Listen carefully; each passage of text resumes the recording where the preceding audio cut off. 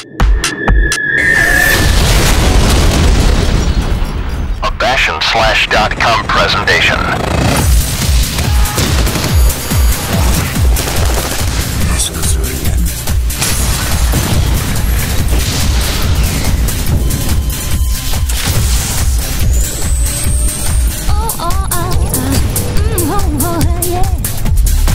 Welcome to Bash.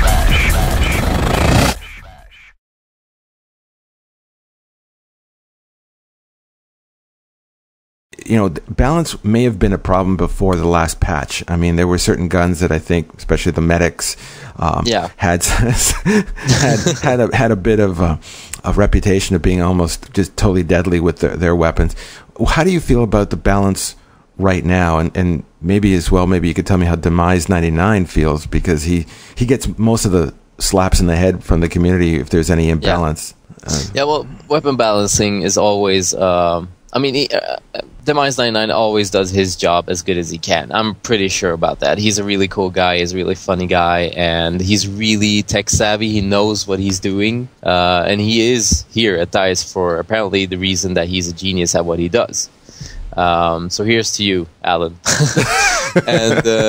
And pretty much, I mean, weapon balancing is a very, very individual question. I mean, in every game you have out there, people will say something about a gun that is not really backed up by statistics. I mean, there are guns in Bad Company 2 that are really powerful because in real life they are really powerful. I mean, the M60 isn't really a pea shooter. It's a really strong gun. It's a support gun. And weapon balancing is a really hard job. I suggest you talk to Alan about it, but from what I've seen from the weapon balancing, I think it's pretty much okay. I mean, some weapons are really strong, like the Abakan, right? Abakan That's 71. mine. That's mine. Yeah. See, I can't remember names, but I know I've been shot by that damn gun approximately 200 times or something. Yeah. And it really, really pisses me off every time because that gun is really strong. And in real life, that gun is really strong too. So it actually symbolizes the power of the real gun. And what we see in our tech stats and everything is that no gun is actually very much overused for being very powerful. I mean, we have a nice balance of the used guns and stuff.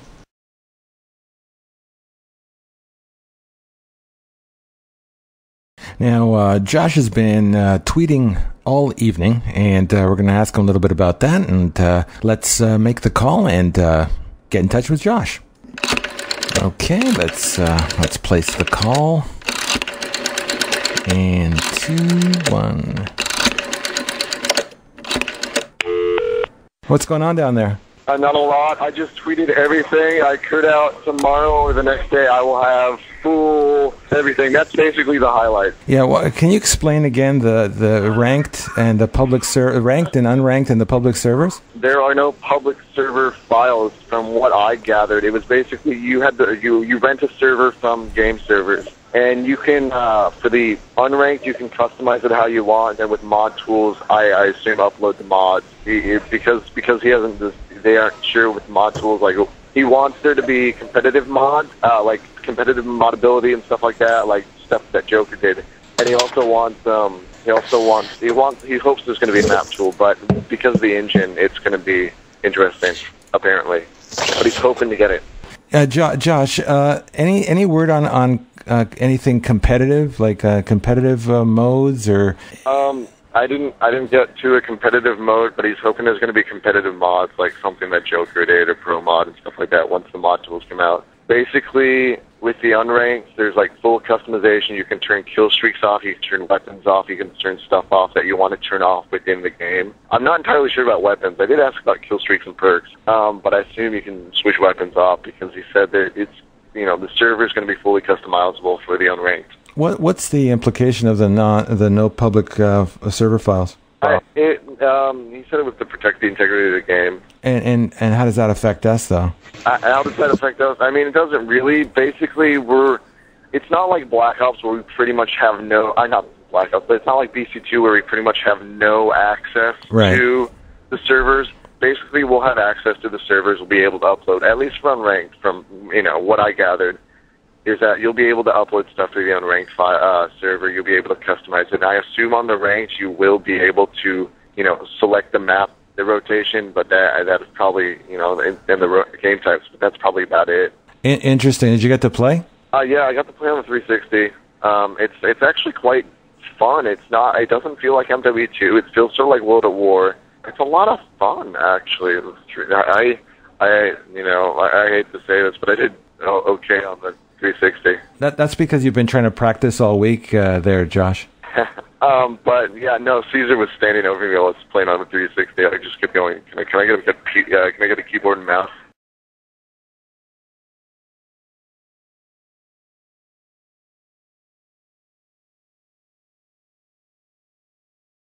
Global Agenda is both a shooter and it's also an MMO. And that totally intrigued me because the idea of making these shooter MMOs seems to have recently caught the imagination of many people, especially people like the guys who head Activision, because we heard from them that they're thinking about doing an MMO version of COD. So I thought, hey, great, this is maybe an opportunity for us to get a glimpse into what a well-done MMO would look like, and to see if it would suit our community. So to tell me a little bit about the game, very high overview, just to give people an idea what it's all about.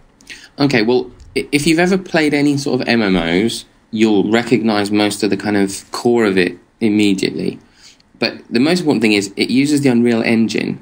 It's a third-person shooter based on the Unreal 3 engine. It's set in a sci-fi universe, so you have jetpacks and laser guns. And it's basically a huge, persistent world where you have different things to do. So you can play multiplayer games, you can play co-op games, you can play single-player missions, and then there's a big open world that gives you a sort of story mission, if you like. Is the game made by anybody we've heard of? I mean, who actually is behind the game? No, the game's by a company called Hi-Rez. This is their first foray into games. And probably part of its success is the angle they've come from.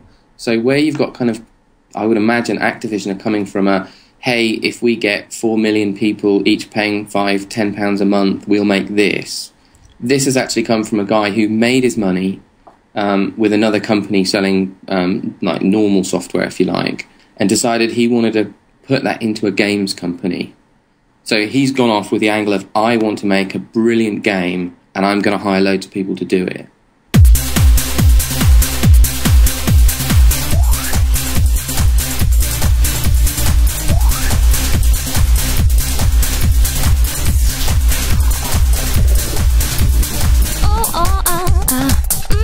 Oh, yeah.